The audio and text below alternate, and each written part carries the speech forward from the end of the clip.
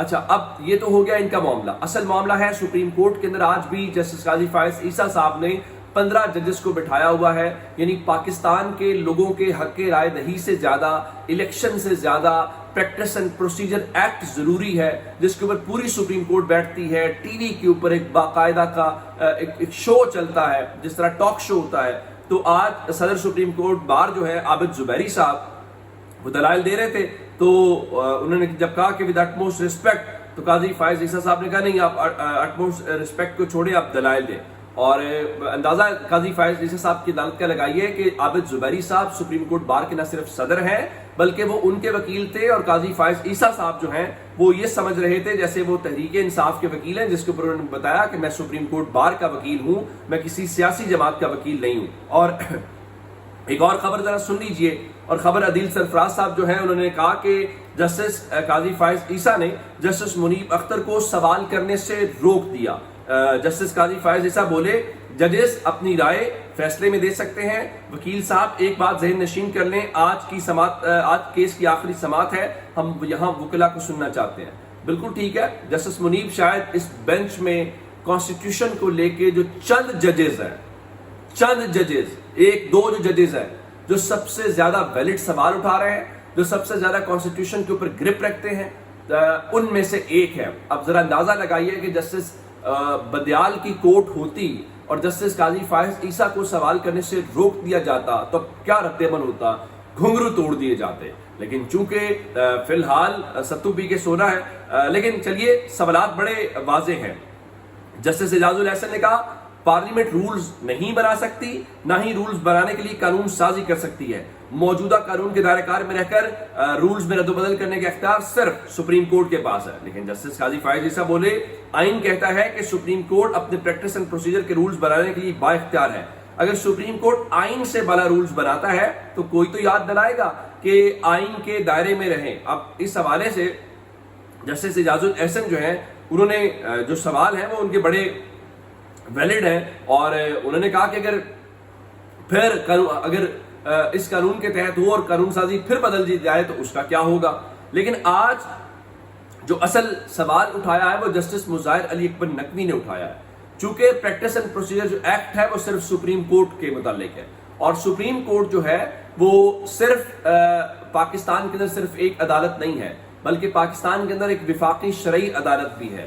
پاکستان کے اندر صوبوں کے اندر ہائی کورٹس بھی ہیں. تو آج جسٹس مظاہر علی اکبر نقوی صاحب نے سوال اٹھایا کہ سپریم کورٹ کے رولز پر پارلیمنٹ نے پابندی لگائی لیکن ہائی کورٹ اور شرعی عدالت کے ضابطوں پہ کیوں نہیں ہے.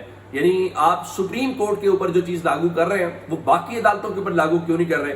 اس حوالے سے جسٹس اعجاز الاحسن نے کہا کہ ہائی کورٹس اپنے پریکٹس اینڈ پروسیجر بنانے کے لیے خود با اختیار ہے. اس حوالے سے اگر ہائی کورٹ با اختیار ہے تو پھر سوال یہ پیدا ہوتا ہے کہ سپریم کورٹ جو ہے وہ با اختیار کیوں نہیں ہے. تو جسٹس قاضی فائز عیسیٰ صاحب جو ہے وہ ظاہر ہے عدالت میں سوال برداشت کرنا بڑا مشکل ہے، اور پھر وہ ایک ایسا جج جو پوری سماعت کے اوپر ڈومینیٹ کرتا ہو، پھر جس کے سوال کو اپریشیٹ کیا جاتا ہو، پھر لوگوں کو پتا ہو، تو بڑا مشکل ہو جاتا ہے. اچھا ایک اور میں مثال دینا چاہتا ہوں. کل جو واقعہ میرے ساتھ پیش رہا مسلم لیگ نون والا، اس کے اوپر باقاعدہ رات کو ٹویٹر کے اوپر میرے خلاف ایک کیمپین لانچ کی گئی. مجھے یہ تاثر قائم کیا گیا کہ جی میں نے عمران خان کے حق میں نعرے لگائے ہیں. آپ ویلاگ دیکھ لیجئے گا، میں کہیں پہ کسی کے حق میں نعرے نہیں لگوا رہا. ہاں میں سوال پوچھ سکتا ہوں، اور سوال پوچھنا اس کے لیے میں جواب دوں. اس کا جواب لوگ کیا دیتے ہیں میں اس کا جواب دے رہی ہوں. اگر لوگ مریم نواز کے جلسے میں کھڑے ہو کے کہتے ہیں ہم نے عمران خان کو ووٹ کرنا ہے، میرا کیا قصور ہے؟ اگر وہ عمران خان زندہ باد کا خود سے نعرہ لگاتے ہیں تو میرا کیا قصور ہے؟ مسلم لیگ نون کا مسئلہ یہ ہے کہ وہ لوگوں کو ڈرا دھمکا کے یہ کام کرنا چاہتی ہے، اور ان کا خیال یہ ہے کہ اس طرح کریں گے تو لوگ ہمارے حق میں بدلنا شروع ہو جائیں گے. بھائی یہ بیانیہ ہم نے نہیں بنایا. لوگ آپ کو ووٹ نہیں دے رہے تو اس میں ہمارا قصور نہیں ہے، جلسوں میں نہیں آ رہے تو ہمارا قصور نہیں ہے. ہاں ہمارے گریبان پکڑ کے اگر آپ سمجھتے ہیں کہ آپ کی تسلی ہوتی ہے تو ہمارے گریبان حاضر ہیں. آپ کا جو غصہ ہے وہ ضرور ٹھنڈا ہو جانا چاہیے. اپنا بہت سارا خیال رکھیے گا. خدا حافظ.